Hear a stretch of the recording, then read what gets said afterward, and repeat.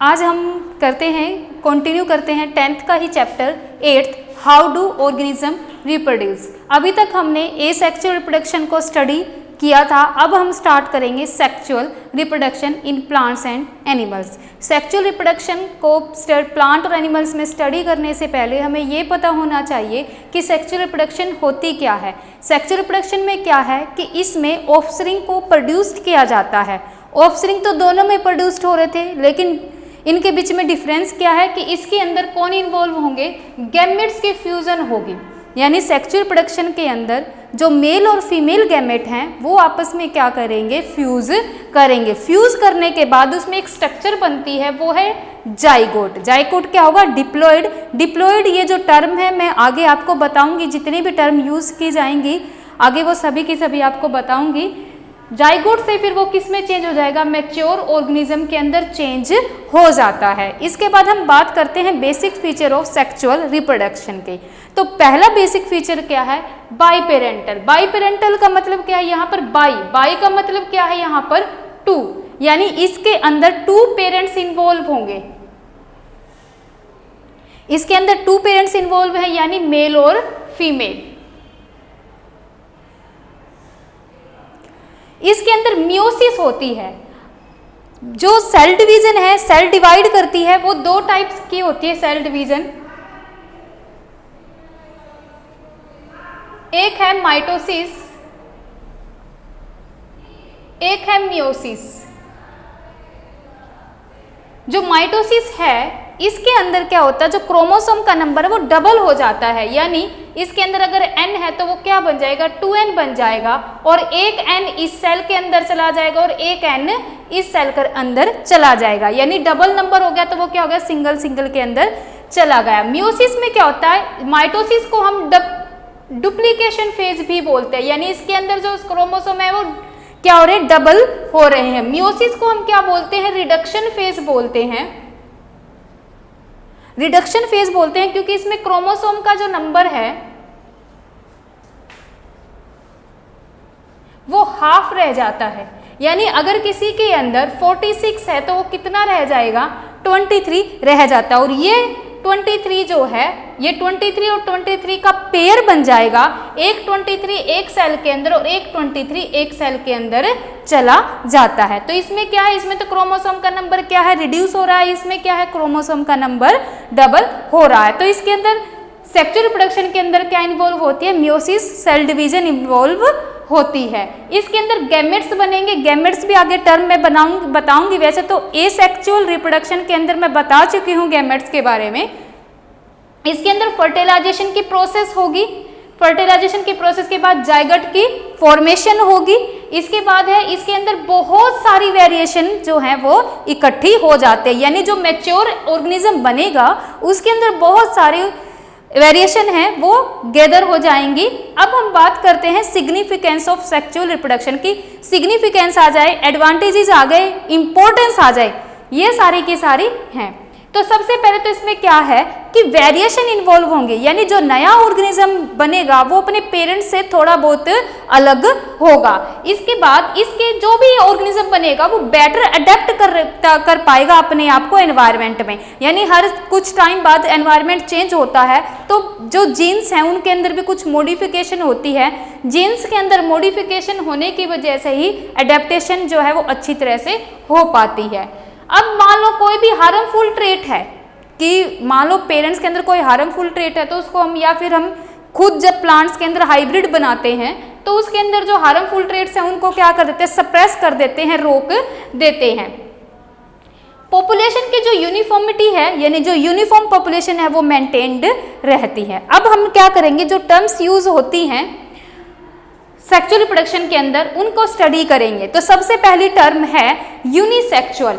Unisexual, यहाँ पर uni का मीनिंग होता है वन। जब किसी इंडिविजुअल में सिर्फ एक ही सेक्स प्रेजेंट हो, यानी या तो वो मेल होगा या फिर वो फीमेल होगा, आइदर वो मेल हो या फिर वो फीमेल हो, तो वो क्या हो जाएगा, यूनिसेक्सुअल हो जाएगा। जैसे एग्जाम्पल हम बात करते हैं एनिमल्स के अंदर ह्यूमन बींग्स और प्लांट के अंदर पपाया, ये क्या है, यूनिसेक्सुअल हैं। इसके बाद बाईसेक्सुअल, यूनिसेक्सुअल हो गया, बाईसेक्सुअल, बाई का मतलब क्या हो गया, टू, यानी जब एक ही इंडिविजुअल के अंदर दोनों ही सेक्स प्रेजेंट हों तो उसे हम क्या कहेंगे, बाइसेक्सुअल कहेंगे।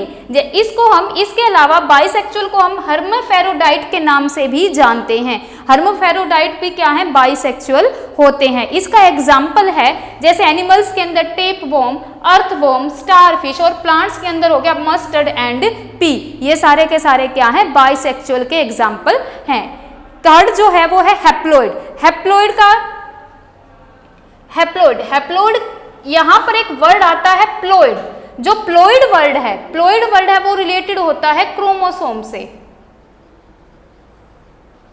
जहां पर भी प्लॉइड वर्ड आएगा वो किससे रिलेटेड होगा, क्रोमोसोम से रिलेटेड होगा। अगर मान लो हैप्लॉइड है, अगर एक सेट क्रोमोसोम का प्रेजेंट है तो वो हैप्लॉइड हो जाएगा। अगर 2 सेट प्रेजेंट है सेम क्रोमोसोम के तो वो डिप्लॉइड हो जाएगा। अगर 3 है तो वो ट्रिप्लॉइड हो जाएगा। 3 है तो वो क्या हो जाएगा, ट्रिप्लॉइड हो जाएगा।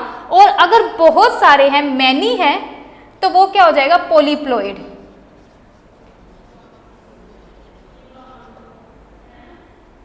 डिपेंड करता है, एक सेट तो हैप्लॉइड, 2 सेट तो डिप्लॉइड, 3 सेट तो ट्रिप्लॉइड, बहुत सारे तो पॉलीप्लॉइड। जैसे हैप्लॉइड का एग्जांपल है, मेल जो हनी बी है वो क्या है, हैप्लॉइड होता है। उसके अंदर 16 क्रोमोसोम्स प्रेजेंट होते हैं। इसके बाद हम बात करते हैं डिप्लॉइड की। मैंने अभी बता दिया डिप्लॉइड में क्या होगा, 2 सेट्स ऑफ क्रोमोसोम प्रेजेंट होंगे और इसका एग्जाम्पल है ह्यूमन बींग्स। हमारे अंदर 2 सेट्स ऑफ क्रोमोसोम होते हैं, यानी 23 पेयर्स बनते हैं क्रोमोसोम्स के। तो ये क्या है, 2 सेट्स के अंदर प्रेजेंट होते हैं। इसके बाद हम आगे टर्म्स करेंगे, इतने आप इनको नोट डाउन कर लो।